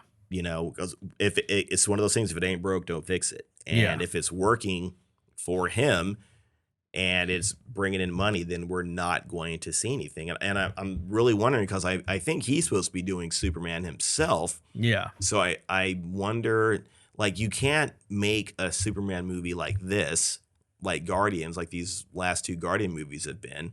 You can't even make like the first Guardians movie. That's not the same. Yeah, that's true. That's true. Yeah, you can't do nothing it. Can't do that Gunn has made Yeah. should be the same tone as a Superman movie. Yeah. I'm gonna go ahead and say. Yeah, and maybe he's gonna try to find some sort of different tone, a new tone. I don't know what that could be. I just don't. I know I don't need to see a lot of like silly jokes in there. Yeah, and I feel like well, it seems like that should be common sense, but what seems like should be common sense clearly is not common sense. Doesn't take right? the lead. Yeah, in this industry, it seems like. Yeah. I'm wondering if I don't know why he would do this. Why maybe everything else is just going to be like these silly things that nobody knows about, all these different stories and characters and teams that nobody knows about, and then I don't know why you would do this. Why would you intentionally make a whole bunch of C movies? Make a whole bunch of movies that are not great just so you can make a Superman movie that's going to stand out in comparison. Oh, his plan is to make a bunch of shitty movies so that his looks better. That can't be the case. That seems because it'd kind of be like he did all of Phase 4 to make Guardians 3 look really good because Phase 4 is all shit. All of it. Yeah. That seems it'd be like that. Yeah. Right. Because that's probably the key reason why I didn't hate Guardians 3 because it's better than all of Phase 4. I think. Okay. So I hope that's not his fucking plan. Yeah, that seems too. Yeah. And this is just a personal thing, but like I hate his sense of humor. Like that's why Peacemaker is not a show that. Because I remember I was listening to the episode recently, and you guys were kind of shocked at the beginning when I said, I don't know how I got this rating as a piece of shit show. And you guys were like, oh, really? You didn't like it? I was like, no. What about this would I have liked? Yeah. Like that sense of humor is not my sense of humor, which is in all of his movies. Yeah. I'm actually afraid to go back and watch Guardians 1 because I haven't seen it since 16 or 2015. I think I watched it once in theaters and one time on DVD. So I'm afraid to go back and watch it now. I feel like I've seen it. Well, I shouldn't say I've seen it like every time it comes out on TNT kind of thing, but I've definitely seen it at least in bits and pieces throughout the years. Yeah. And I still enjoy it. It's again bits and pieces, but yeah. Because I'm having the same opinion that you were having with Ragnarok and Love and Thunder. Okay. Now that like I'm pissed off about what came after, I'm scared to go back because I hate his sense of humor. Every single thing he's done, sense of humor is garbage. Yeah. So if I go back and see that same sense of humor in there, I'm gonna be like, oh, this wasn't that good. Yeah, I feel like it's not there, which is why number 2 was so like. It's got some of those. Got some of those. He has like the yeah, but see, that's thing one and scene this that place looks like a Jackson Pollock painting if you use black light in here. Yeah, like it's like I think comics some like of that. those. See, that's not as bad. That joke jokes. Isn't as bad as like to me. That's not a bad joke. To me, the bad joke is when he's talking about like I poop in the shape of a fish or I pooped in the shape of a fish or something like that. Yeah, that to me is not funny. Like that to me wasn't clever. That Guardians, the first thing that the joke, I'm okay with that. Like when are you like laughing out loud, like oh that's good, or were you just like I don't think I laughed out loud at that because I don't even remember. I don't even know if I truly enjoyed Guardians because of the comedy. I think I was actually drawn into the rock and roll soundtrack, really seeing Chris Pratt in a starring role after. Or I guess in the middle of Parks and Recreation, and then kind of seeing this newish Marvel movie style, and like I'm actually afraid that I'm not going to think it's funny if I go back and watch it. I'll probably be annoyed by the comedy. I think. Yeah, I don't think the comedy is as silly as this movie was. I don't think these last 2 Guardians movies have been. I don't think it's that silly. But you're okay with Ragnarok comedy, Peacemaker comedy, and I hate that comedy. So it's kind of hard to gauge that, I think. Yeah, and again, I think it's because I looked at them for what they were worth, or not what they were worth, but I guess I looked at them for what they were worth. I looked like sense of humor style also though. I think I would like seriously if someone were to be like, who would you pick? That's a comedic person to be in charge of DC. I would take Seth Rogen over James Gunn because at least I like Seth Rogen's comedy. Like his sense of humor is actually funny to me. Yeah. So if he were to be the one in charge, if it's gonna be funny, make it actually funny. You know what I mean? Not James Gunn funny, which is child. Yeah. Like 7th grade humor. Right. Yeah. So, again, it is. Yeah. I wouldn't want to see that from either one of them. Actually, as if I don't know. They had it with Ant-Man. They had Edgar Wright in there for a minute, and I don't know. They kicked him out, or they forced him out. Quit because he didn't want to. He couldn't deal with the creative control. That's why he left. But I don't know how you lose a guy like him. But, yeah. And again, you can see elements of his humor that they decided to keep because it was obviously good. Yeah. Well, I mean, I'm going stage. I think I would have liked Peacemaker if Seth Rogen wrote it, not James Gunn. Huh. Okay. I think because of the sense of humor is funny to me. Yeah. Yeah. So if we have to get something that's going to be comedic, make it actually comedic. For my taste. Yeah. You know what I mean? So So I'm really worried about DCU's overall tone, style of comedy. If James Gunn's in charge, if it's going to be like that, it's dead on arrival. Right. And I don't know. We have to. I mean, obviously, we got to wait and see what he actually ends up doing. But the track record is not great in my opinion. So I don't know what to think is going to happen when we get the first DC movie out of him. Yeah, we'll see. It's gonna be. I think it's gonna be Creature Commandos or Creature whatever. Yeah, Creature feature. And then, I think it is like Creature Commandos. And Creature Commandos. I've got no interest in seeing that. Yeah, he's launching with an animated movie of a group of people that nobody really knows or cares about, and then he's gonna follow up with Superman Legacy. Well, there's gonna be a few movies that come out before Superman Legacy, right? No, I think Legacy is gonna be the first film of the DCU. It's gonna be the first live action film of the DCU. Okay, I see. So he wants to launch it with that. All right, so this one's gonna be animated, and I'm sure he's not gonna be writing, directing. So maybe you get a different writer and director in there. It could be good. Maybe if he's just producing it or something. Maybe he's just the executive producer. But the Marvel MCU as a whole has the similar sense of humor. And Feige's in charge. So, I mean, I think there's going to be a little bit of, put this joke in here, put this kind of joke in here. Yeah, maybe. Yeah. Just got to see. So, all right. So, man, what do you give this thing, man? Rotten Tomatoes gives this, actually, right now, it has a pretty high score on Rotten Tomatoes. The tomato meter, I guess, critics, 81%. The audience, 95%. That is amazing. But again, this thing has only been out like 24 hours. At this point in time. So. Well, Guardians 2 is a 92%, so we really cannot take Rotten Tomatoes only because it's the biggest one. But for me, like again, I'd rather have a movie like this with shitty comedy and shitty filler with a very emotional story with Rocket than something like Peacemaker. Which is just straight bad comedy the whole time. Nothing else to take from it. So I'd rather have this. I'd rather have a movie that's like this than like that. See, I wonder about that because now that I feel like this. Well, I don't want to backtrack.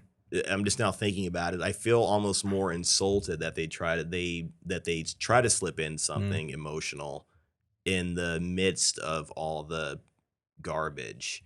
But yeah, that's my feeling. Yeah. Go ahead. So that means there's some value to it for me. Okay. Because there's no value to Peacemaker because I don't like the comedy. So there's no value to that movie. So I'd rather have something that has a little bit of value. That's interesting. From my point of view than no value at all. So that's why I think I was a little bit okay with it. I think that's why we have opposite opinions. But okay, yeah, go ahead. Really? Yeah. So you'd rather have no value? I would rather. Yeah, I think I would. I think I'd rather have no value than you pretend to try to put some value in here. Or it's almost like that whole concept of shining up a turd kind of thing. And I apologize for the whole shit reference, but I think I would. Drax. Yeah. No. Right. Yeah. Exactly. Right. I think I would rather have someone just say this is just silly dumb. Here it is, as opposed to silly dumb, but which would have been Guardians 2 over again. Yeah, true. Yeah. So that's probably why you're kind of like not sure which one's better. Because the two of them? Yeah, or which one's worse? Yeah, maybe that's the reason. Yeah, I haven't seen 2 in a long time. 2 might be worse, I would say. But yeah, like I said, I don't. Go ahead. With that said, regardless of the things that I did like about it, which I did like. Yeah. I overall didn't care for the movie. I'm not gonna go watch it again. Right. So I'm probably sitting at like a 70. Like that's pretty high. I'm giving it a passing. I get passed. Wow. Like a passing is going to college, community college. I'm trying to think what you gave the last Power Rangers. I know Power Rangers was pretty low. What was before Power Rangers? Like I feel like there was something. There was another movie that you gave a pretty. Suzume gave a pretty high score. Yeah, right? yeah, like that's that's not fair. Was that before? That was before Power Rangers, right? No, it was one more. No, Mandalorian.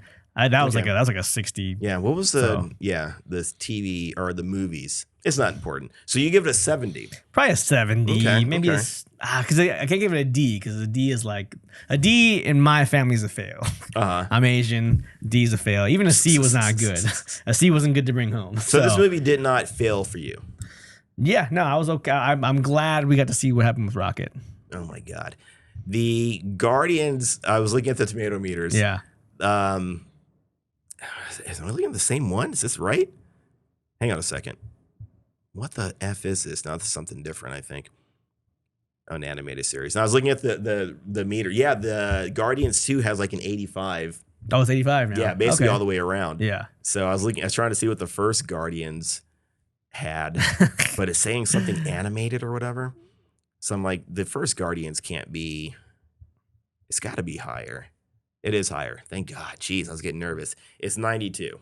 It's a basic 92. Oh, so I guess Guardians 3 just came out, so kind of hard to gauge it. Guardians 3, that just came out. This movie, I will probably give it maybe a 67, 68, maybe. Okay. Something along those lines. I probably will watch it again. Maybe. I'll probably try to watch it again just because I want to see if I'm just, you know what I mean? If I once I kind of, settle down and I've got my opinion of the movie and my opinions kind of settle, let me see if I watch it again, I get something different out of it. The Rocket stuff, again, that was cool. But again, it's that whole concept of, shining up a piece of garbage kind of thing. So I would rather if you're gonna be a piece of garbage, just be a piece of garbage. Don't be a piece of garbage pretending to be something, good or clever or whatever. And again, maybe that's really what it boils down to. Yeah. Maybe that's our different takes. Yeah, you don't want it to be mixed. Yeah, you want it to be what it. Don't say it like that. You want it to, you want it to be what it is. Yeah. Maybe. Yeah. I don't know if I want to. That might be a good way to put it. Like if you're gonna be like a silly comedy, be a silly comedy. If you're going to be something serious, be something serious. How do you feel about action comedies? No, I said one or the other. So, what's a good? So Beverly Hills Cop is out. Yeah, but see, like an action comedy, that's kind of a. I don't think those two things are though they oppose each other. You know what I mean? I can't. I can't horror listen. Comedy. Horror comedy would be weird. I'm not a big horror guy. Horror comedy. Tucker and Dale versus Evil with Alan Tudyk. I haven't seen it, but I think, like Ash versus Evil Dead kind of thing. Like I'm okay. Was with that those. A comedy? That's the thing. Was it supposed to be a comedy, or was it just so campy that it was funny? I'm thinking about the series, but yeah, that's a good point though. The original movies from Sam Raimi, the original movie that's supposed to, I was thinking about the TV series because the TV series that came out the recent one ago, yeah recent-ish. Recent-ish. Yeah. So I feel like maybe if they're not if they don't oppose each other, then like as an action comedy that doesn't seem that bad. I don't know, but don't rely so much on like the sentimental and the emotional side of things, and then you have a whole bunch of silly stuff to take away from it, I suppose. But anyways, so I'm gonna give it like a 60. Okay. I'll give it a 68. I'll be nice. I give it a 68. That's you being nice. That's usually me being nice. Yeah, I know, right? Yeah, you becoming the new me or what? Oh, geez, we don't need another. So. But yeah, cool. I guess we're gonna stop there as we can't come to an agreement on anything as usual. So that's we're gonna move. Hey, like I said, that's all right. That's all right. You don't need to be me. I don't need to be you. It's all good. Yeah. Man, I can't come to an understanding though. Like, that's all right. Whatever. We're trying. We're making progress. I'm really trying to understand. I feel like we did make some headway about trying to understand each other right now. I don't think so. You don't think so? You don't think the whole thing about me not mixing the I think I'm trying to line up like what did I learn? I'm trying to line up every single thing that you've either talked good about or bad about or were okay with, and trying to see if it's all lines up with that. With our hypothesis, you know? Yeah. I'm trying to see if that all lines up, because I know you said you don't like get me liking Peacemaker, but I think Peacemaker was, again, that goes back to that was just 100% silly. Well, so I'm understanding now a little bit more though that you are okay with that sense of humor with Peacemaker and Ragnarok's sense of humor. Yeah, I think that's where we landed on. Like when RJ was here last time. But see, I don't think Ragnarok's humor, and I haven't seen it in a while, I don't think it was as bad as the humor in Guardians 3. Because again, once you start like talking about, poop and, they were showing like Gamora was, going to the bathroom kind of thing, said she was in the stall. Oh, like, yeah. I don't care or need to see that. Yeah, it's like, Or we've never seen a superhero go to the bathroom before, though. So. Yes, so they're breaking some ground. Exactly. Yeah. Break some new ground. I just felt like Ragnarok was like Naked Hulk and didn't need to see that. Like stuff like that was just like, I was like, this is crass. This is not even. This is. I thought James was gonna make this movie. So yeah, but again, we did land on, and that kind of like I understood a little bit better when I asked you. I was like, what was it about you didn't like Mario but you liked Ragnarok? And you're like, it was funny, and I was like, oh, taste. Yeah, and that could be it too. Like our taste in humor is definitely different. Like I like Robot Chicken, you don't, which, it's neither here nor there. But yeah, I think Robot Chicken was. I thought Robot Chicken was great, and you don't think it's great at all. Yeah, right. So not like even like a little bit. There's nothing about Robot Chicken you really. I know you haven't seen every episode. I think I know. One time I watched like 4 or 5 in a row, and the slapsticky, goofy. Kind of comedy isn't my thing, and I wish I would have looked. I'm pretty sure I would have appreciated the geek references and like you guys were talking about the transformer into a coffin. Like I would get that. That's kind of funny. I fucking fell out. But like I think the last episode I saw was when Boba Fett fell into the Sarlacc pit, and he's like, I wanted to fall in here. And I was like, I don't get it. Like I don't get. That's when he was like telling his. He's like telling his friends or something? He was telling the story. Well, there's somebody that was in there also. Yeah. Oh, that's right. Like that's what it was. There's somebody in there, and he started telling this elaborate, fishtail of a story. Right, I did it on purpose. They were trying to get me. I jumped in. Yeah, I thought I loved it. Which I feel as a huge Star Wars fan, I feel like I should have liked that. But the voices and I wanted to fun. Like I just it's too extra. It's just too much extra trying to put like it's like stand-up comedians like that rely on not just clever lines but a little bit of the extra to get people to like like the extra laughter, which I think is kind of cheap to me. I think it's kind of a cheap way to like get a little more. And like a good example, and this is stupid, but do you remember that show Yo Mama on VH1 or MTV or whatever? That sounds like it'd be one of those things. Fez was the host. From that 70s show, yeah. Really? He's the host, and like these random people would come on and just do jokes, like Yo Mama jokes. Yeah, back and forth, and whoever the crowd liked the most, they'd be like, oh yeah. Like the guys that would win would be the guys that would get all animated, and like they'd say a joke, and they add on like a cowboy guy, like and then they just add a little extra to it, and people be like, that is a funny joke. This is a funny joke. It's like, no, it's not. No, it's not. You're just adding a little extra bullshit to it. Right. And so that's how I feel like Robot Chicken was all for a long time. It was just a little extra, whatever that is. That makes sense. If that makes sense.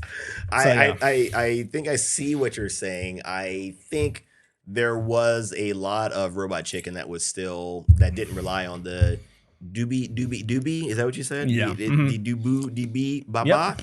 Yeah. So, anyways, we'll do a Robot Chicken episode another time. I'd love to revisit it. It's been 10. I don't know. Yeah. 10. I can't imagine the older you've gotten, the more you're gonna. Yeah. I'd be okay with it. I haven't watched Robot Chicken. But maybe I can look past that stuff that I don't like about it, and look at the geek references, which is why there's a lot of geek references, which I should appreciate, because that's who I am. You know what I mean?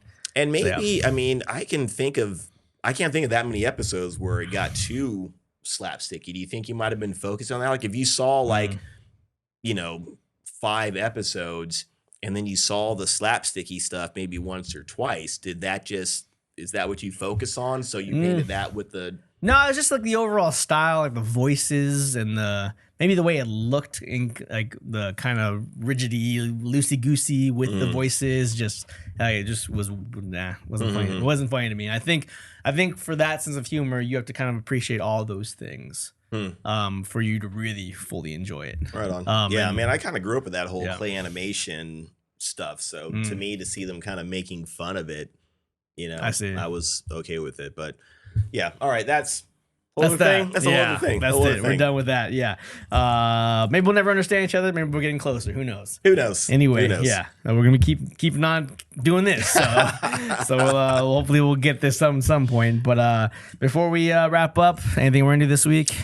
What have I been watching this week? Well, hopefully everybody knows. Visions 2 came out.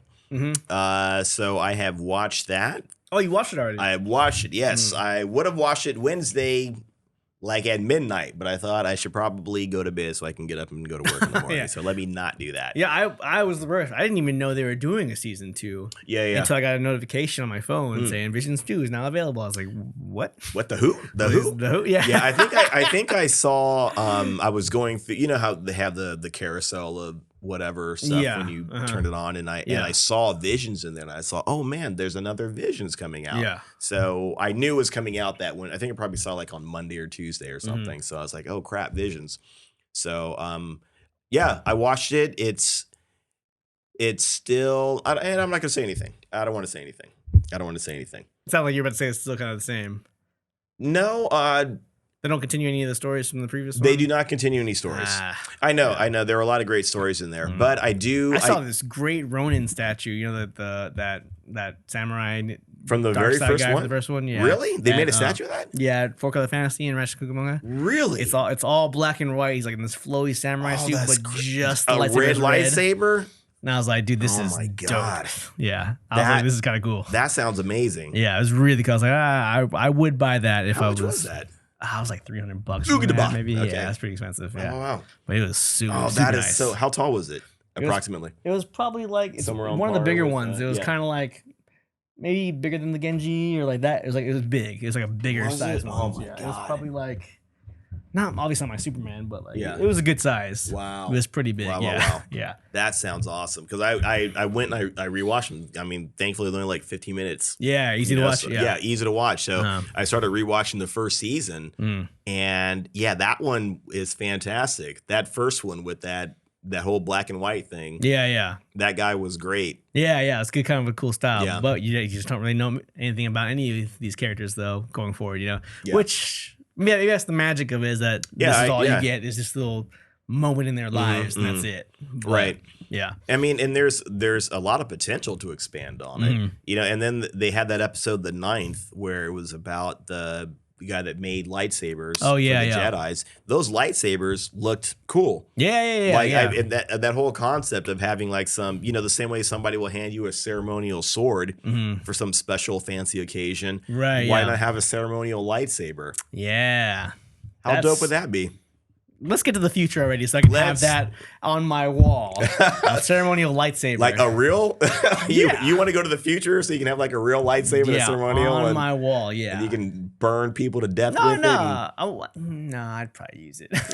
You're like, no, I wouldn't. Yeah, but like, in a world surrounded by them, though, like there was a point where I was buying like Nerf guns, and like the first couple I was like shooting all the time. After I got like 4 or 5 of them, they just got put in the closet, and now you're over it. Somewhere, I don't know. Yeah. So yeah. But I would be cool with a prop ceremonial lightsaber. I'd be cool with that. That makes way more sense. Doesn't it? That's what having a murder weapon. I get what you're saying. Yeah. I want to have a nuclear murder weapon. Right? I mean, no one would ever rob me. I feel like, but yeah, I don't know. That's cool. Yeah. So so I saw that. That was cool. Nice. I think that's about it, really. Okay. I think, it's pretty busy with the rest of the week. Speaking of Star Wars, I bought Jedi Survivor. Oh, nice. I put it in my PS5. Okay. And all right, so tell me what happened when you played it. No, I did not play it. Oh. Because you know how long... Okay, this I don't understand, right? I understand if you buy it digitally, yes, you get to download it to the game console, and it takes however much time it takes. Yeah, hours. That makes sense, right? Mm-mm. If you buy the hard disk and you put it in the thing, it still has to download a file onto the thing. So like, what's the difference? Well, I think why am I buying a disc? It doesn't have as much to download, right? Like if you buy the whole entire game, that might take like a few hours. It was like 48 gigs or something like that, or 64 gigs. Or something it needed to download that much? It took like an hour and a half or something like that. Wow. It was like an hour and a half remaining. I was like, I'm not gonna wait here. Wow, that really sucks. I just continued playing Last of Us. Oh, right on. Yeah, and I played that. I played that for like 2 or 3 hours straight. Yeah. And then by that point, I was like, well, I'm too far into this game to not finish it. So I've been playing that. Right on. So I've been playing Last of Us. I'm a little more than halfway through. I just got to the part where Sam dies. Oh, yeah. And that was done way better in the game than it was in the show. Phenomenally better. Yeah. Like they way too touchy-feely in the show. Yeah. Like, it was way better in the game. Like, yeah, it did. It had a lot more impact. You know, just the fact that he knew he was going to die. Yeah, kind of and then Ellie not knowing and being honest about her opinion about the infected. Yeah, was even like salt in the wound. Yeah, and then that's it. And then, yeah, horrible. But what a effing game though. Yeah, that was effing game. Yeah, that was good. I was thinking about that earlier too. I was thinking earlier today. I was thinking that because I was watching they had some gameplay on Pluto that they do. Oh, yeah, Last of Us. That's how you watch number 2, right? Yeah. I don't need to buy number 2 now because I've seen it here. And I was thinking like it reminded me of the fact that I was commenting how different Ellie was in the game from the TV show, and you were like, "Nah, she was pretty foul-mouthed." And then I wasn't gonna bring this up, Mark. And then you were like, "No, man, she was like that." I'm like, "I'm playing the game right now." And you're like, "No, man, she was like that." And then you weren't even playing the game at that point. I'm playing the game right now still, and I still hold that opinion. So you think? I think she's a foul-mouthed little kid. I think she can be, definitely. She's a foul-mouthed, confrontational little kid. Yeah, with other people, she was never that way with Joel. Maybe not so much with Joel. Right. See, that was my thing. Like in the series, like she was that way with Joel. I don't want to say she had no respect for him. That might be going too strong in the series. Yeah, she would tread a little more. Oh, and this all comes down to the level between who they are. Yeah. Obviously, she should be the lower one, and she treated herself as an equal. Right, yeah, she's the kid. I see what you're saying in that point. But the first time you see Ellie in the show, she's like cussing out that. She was cussing on everybody. And I was like, oh yeah, that's because the first thing you see her, I was like, that doesn't look like her. It's stupid. And you hear her talk, and I was like, that's in character. Right. But see, the first time you see her in the game is she is being more respectful to Marlene. She's being respectful to Joel. She's being respectful to Joel's girl, who I can't remember at this point in time. The only time I ever saw her really being foul-mouthed and disrespectful was when Joel got hurt and she had to go off on her own. And she, had this elk or this deer that she shot, and she's trying to track it. And when she's dealing with those guys, that was the only time I saw her really being foul-mouthed. She's confrontational with every other person other than Joel in the game. With Bill, like she's very confrontational with him the whole time they're together. His brother, or no, who's Bill? Bill, the guy that Nick Offerman. Yeah. See, but see, even that level of, I suppose I kind of get that, but afterwards, it wasn't that confrontational to me, at least as I recall it. Later on, like when they first got together, it was like they didn't know each other, so they were kind of squaring off against each other. So I get it. But Bill is like an asshole, so that's why. So I get it. But I think that they're never cool. Even because then at the very end he's like, get the fuck out of my town. Like, I don't want to see you ever again. Right. Like, they're never nice to each other, and she's an asshole to him the whole time. I don't remember her being like an asshole to him the whole time. Like I said, when they first got together, when they first met, and they were kind of bumping heads, and Joel told her to chill, essentially. You know, she might have some snarky comments. Yeah, she's pretty snarky. And then when they're in his basement, he's still a dickhead, and she's still a dickhead to him. Like, it doesn't really improve, I don't think. I don't think the series, basically, like, really, the more I think about it, it's more how much they did not capture the Ellie from the game in that series, in that TV series. I'll agree to you. I'll agree with you on the balance between their dynamic. That I agree with, and I'll agree with you on how she acts around Joel in the beginning. That I'll agree with 100%. But as I was playing the game, I think I'm like 65 or 70% of the game, closer to the end. I still this is my own person. That's my own self. But as soon as I got to like that point, and it just popped in my head when you had that, when you said, he's like, I don't want to say that I was right. I don't like saying that, but I was right when it came to Ellie's personality in the show versus the game. Yeah, I still disagree. I still think I'm right. I still think I'm right. I think you're wrong. All right, I think they nailed her personality when it comes to confrontational with other people, because she's still. Yeah, like she's still confrontational with everybody else, any other stranger. Like you said, agree to disagree. And how do we not see eye on anything? Yeah, I mean, we see eye on some stuff. Not really. The drink was good. Yeah, well, that's because alcohol's great. Yeah, it's not bad. I think there is some things we might agree on, but yeah, this, I mean, we can't. Yeah. This is gonna be one of the things we can't talk about. Like, I thought their Ellie was can't wrong. Talk about, we're not gonna backpedal. You guys already know the opinion. Yeah, we can't talk about Civil War. I don't think. We can talk about Civil War one day. Spent so many hours. That's true. Yeah, let's not. Spent so many hours on Civil War. Some of it didn't get released though. Not that they didn't get released. A lot of extra stuff. Yeah. Oh, was there? Oh, jeez. That I found. Yeah. Yeah, behind the scenes, us like grabbing each other by the collar. About you stupid son of a. Yeah. So. Anyway, agree to disagree as always on Guts. But that's that. Next week we're talking about we're deciding, I guess, still what we have time for. But tentatively we want to talk about Sweet Tooth Season 2. Yes, true. The just premiered last week. And it is based on Jeff Lemire's comic book series. Yeah. Jeff Lemire is one of my favorite comic book writers. He's written some amazing comic books. And I finally got around to watching the adaptation. Yeah, the first season was really good. It came out a while ago. There's a pretty big gap in between the two. But yeah, the first season is definitely worth checking out. So I feel like it came out so long ago, unfortunately, that I started watching some of the second season. I felt like I was kind of behind. Like I didn't know exactly what's going on. So I'm probably going to have to rewatch the first season to go into the second one. So yeah, either that or Visions 2. One of the two is going to be coming up pretty soon. So. Yeah, definitely. So watch both of those if you want to see what happens next week. See, we can agree on things. We can agree on things. But yeah, otherwise, dang, this went on a little long. Yeah. Most of it was not about the show. Most of it was just about me being right and you not being able to accept it. Again, agree, disagree. So yeah, anyway, check us out. We're everywhere. We're on full-length videos come on YouTube. We're on Spotify, Apple. GotsPod is our social media handle, except for Facebook, and we are Geek Off The Street as usual. Yep. Everywhere. So please check us out, follow, subscribe, leave comments, leave some sharing, leave some ratings for us. That'd be great.